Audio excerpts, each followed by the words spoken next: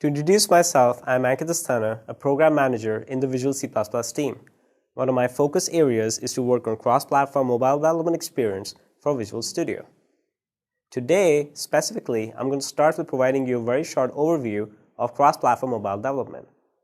I will also follow this up by highlighting the key capabilities that Visual C++ is going to provide to aid the cross-platform development story. I will also demonstrate these capabilities through the help of a short demo. Modern development today requires developers to provide their applications across multiple device platforms. From an application development perspective, C++ serves as a great choice as it allows developers to reuse their cross-platform code across a variety of device platforms, keeping the development costs low. Starting with Visual Studio 2015, Visual C++ will provide a great experience for cross-platform development. Using Visual C++ 2015, developers will be able to acquire all their cross-platform mobile development software easily and stay current with frequent updates. Visual C++ 2015 will also allow developers to build cross-platform mobile applications leveraging C++ for all major mobile platforms. In addition to this, Visual Studio Experience will also allow developers to share and reuse their cross-platform code easily and top this by providing the fastest debugging experience for all these mobile platforms. With that said, let's now demonstrate these capabilities through a short demo.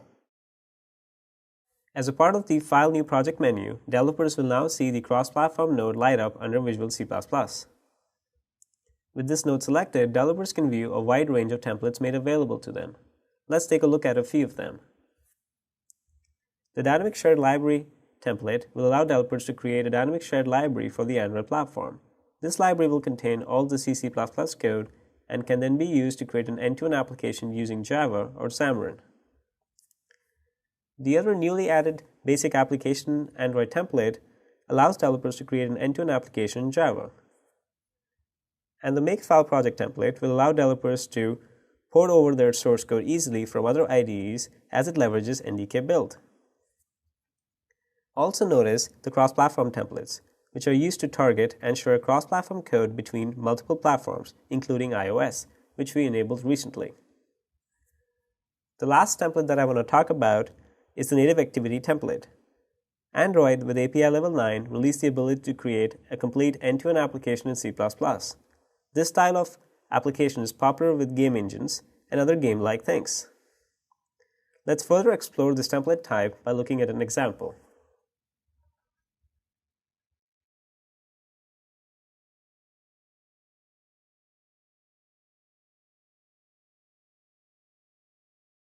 So here I have the OpenGL example solution. It has two projects. The Native Activity project contains all the C++ code. Let us further explore the project by taking a look at the project properties. Project properties allow users to view, edit, modify important project characteristics. For example, using the target API level project property, developers can set the API level that they want to target for their application. Using the Platform Toolset property, developers can choose the platform toolset that they want to choose for building their application. We currently support both Clang and GCC toolchains. The last property that I want to talk about here is the Configuration Type project property. This property allows developers to choose what kind of application they're building. In this case, we're building a dynamic shared library or an SO file. Let's now hit cancel and take a look at the other project. The packaging project is used to take the existing dynamic shared library and create an end-to-end Android application using the AND build system. For the next part of the demo, I want to bring up some source code to demonstrate the feature capabilities. For doing so, I'm going to bring up the main.cpp source file and traverse to the Android_main function. Android_main function is a characteristic function for Native Activity application type and acts as an entry point. As I play around in this function, notice some of the code authoring features that we've introduced. For example, the Android specific IntelliSense experience lighting up here as I choose the Android LogPrint API. Other features for code editing and authoring, such as code navigation, work well as well. To demonstrate this, take a look at the peak definition feature in action here.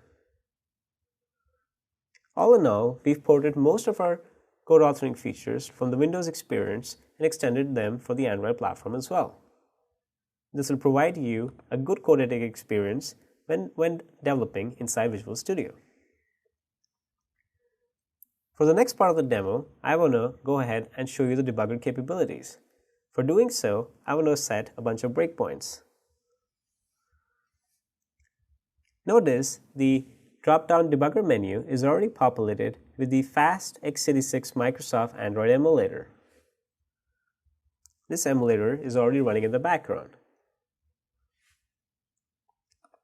So I'm just going to go ahead and hit F5. On hitting F5, my application is built and then deployed onto the emulator. Notice the breakpoint that I set was hit. Also notice the debugger windows such as the auto window, the locals window, the threads window, and another debugger window such as the call stack all light up nicely as well. As I mentioned, the Android debugger inside of Visual Studio that we've developed is the fastest debugger on the Windows platform when debugging Android code. To demonstrate this, notice as I actually move between different breakpoints. Furthermore, using this debugger experience, developers can also pass commands directly to GDB using the command window. For example, in this case, I'm viewing the backtrace for my application that's currently running using GDB exec. Next, I'm going to hit continue and let the app run. This app is a basic OpenGL app and it responds to user touch by changing screen color. Notice that happening as I click on the emulator screen. The emulator itself also has other capabilities. For example, you can rotate the screen and view how your application actually operates. I'm going to hit continue again because my debugger breakpoints were hit. Or you can also leverage other sensors that the debugger actually provides.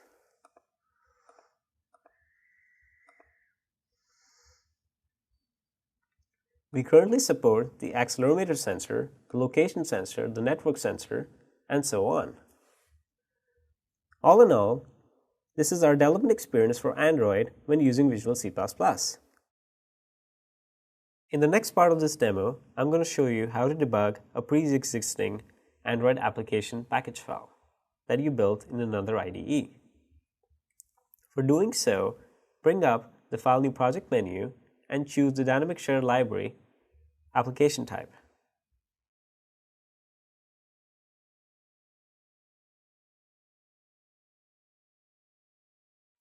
I'm going to name this project Debug Pre-Existing Big Maps APK and click OK. On doing so, this creates the Debug Pre-Existing Big Maps APK project type. Choose the configuration that you want to debug for and hit Build.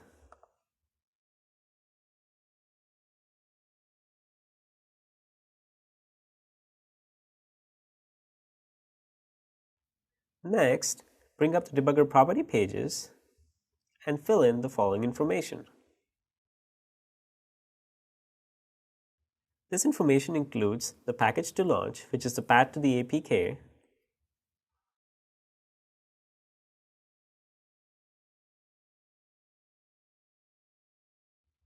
the package name itself, which can be found in the Android manifest.xml,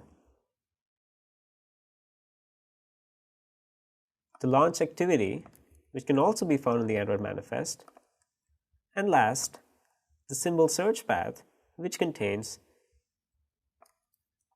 the symbols for your application type. Click OK. The next thing we need to do is bring some source from the Big Maps application so that we can debug it into Visual Studio. For doing so, I'm going to bring up the map network manager.cpp source file into VS.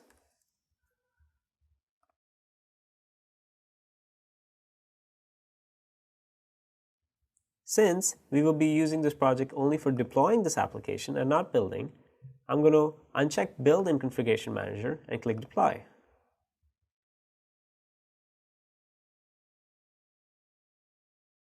I'm going to set a breakpoint in this begin get URL function, which gets called during the Big Maps initialization. At this point, I'm ready to debug my Big Maps APK using Visual Studio. All I need to do now is hit F5.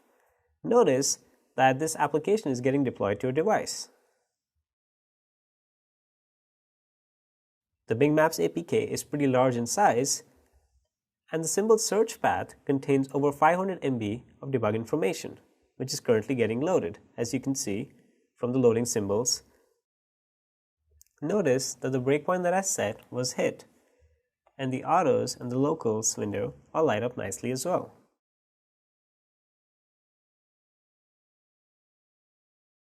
Using this experience, developers can use the Visual Studio Debugger for their pre-existing Android application package files without moving completely into Visual Studio. Thanks for watching this video. To learn more about cross-platform mobile development, follow us on visualstudio.com or VC Blog.